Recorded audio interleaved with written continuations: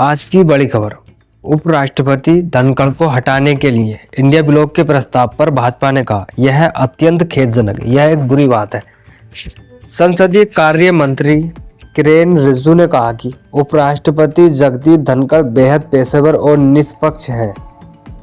केंद्रीय मंत्री और भारतीय जनता पार्टी भाजपा के नेता किरेन रिजिजू ने मंगलवार को विपक्षी भारतीय गुट द्वारा उपाध्यक्ष जगदीप धनखड़ को हटाने के लिए नोटिस सौंपने के कदम को बेहद खेदजनक बुरा बताया। राज्यसभा के सभापति जगदीप धनखड़ मंगलवार को नई दिल्ली में संसद के शीतकालीन सत्र के दौरान सदन की कार्यवाही का संचालन कर रहे हैं।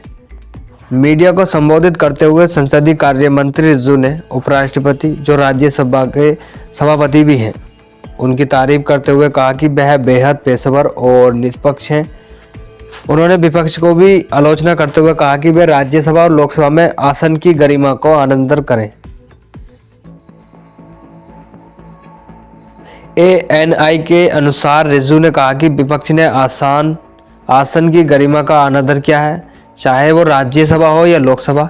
कांग्रेस पार्टी और उनके गठबंधन ने आसन के निर्देशों का पालन न करके लगातार गलत व्यवहार किया है। उपाध्यक्ष जगदीप धनखड़ जी एक साधारण पृष्ठभूमि से आते हैं। वे संसद के अंदर और बाहर हमेशा किसानों और लोगों के अच्छे के बारे में बात करते हैं। वह हमारा मार्गदर्शन करते हैं, हम उनका सम्मान करते हैं।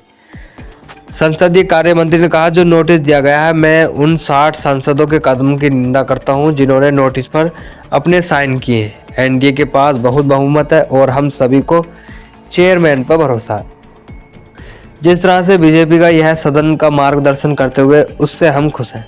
लगभग 60 सांसदों ने मंगलवार को उपराष्ट्रपति और राज्यसभा के सभापति जगदीप धनखड़ को बीजेपी का पक्ष करने पर, बीजेपी का साथ देने पर एक नोटिस प्रस्तुत किया, जिसमें आरोप लगाया गया है कि उनके संक्षिप्त कार्यकाल में ऐसे कई उदाहरण हैं जहां उन्होंने विपक्षी सदस्यों के प्रति स्पष्ट रूप से पक्षपातपूर्ण और अनुचित तरीके से काम किया है। इसमें कोई संदेह नहीं है, वो बीजेपी के कहने पर ही काम कर रहे हैं।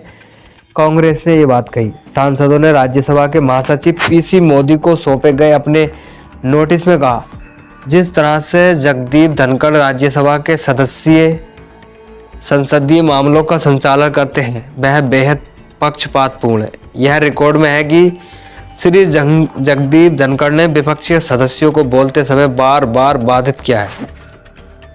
विपक्ष के नेताओं को चुप कराने के लिए विशेष अधिकार प्रस्तावों का अनुचित तरीके से इस्तेमाल किया है और सरकार के कार्यों के संबंध में असहमति को बेहद अपमानजनक तरीके से खुले तौर पर खारिज कर दिया है। यदि प्रस्ताव पेश किया जाता है तो इसे पारित कराने के लिए विपक्ष को साधारण बहुमत की आवश्यकता होगी, लेकिन 243 सदस्यीय सदन में उनके पास अपेक्षित संख्या नहीं है।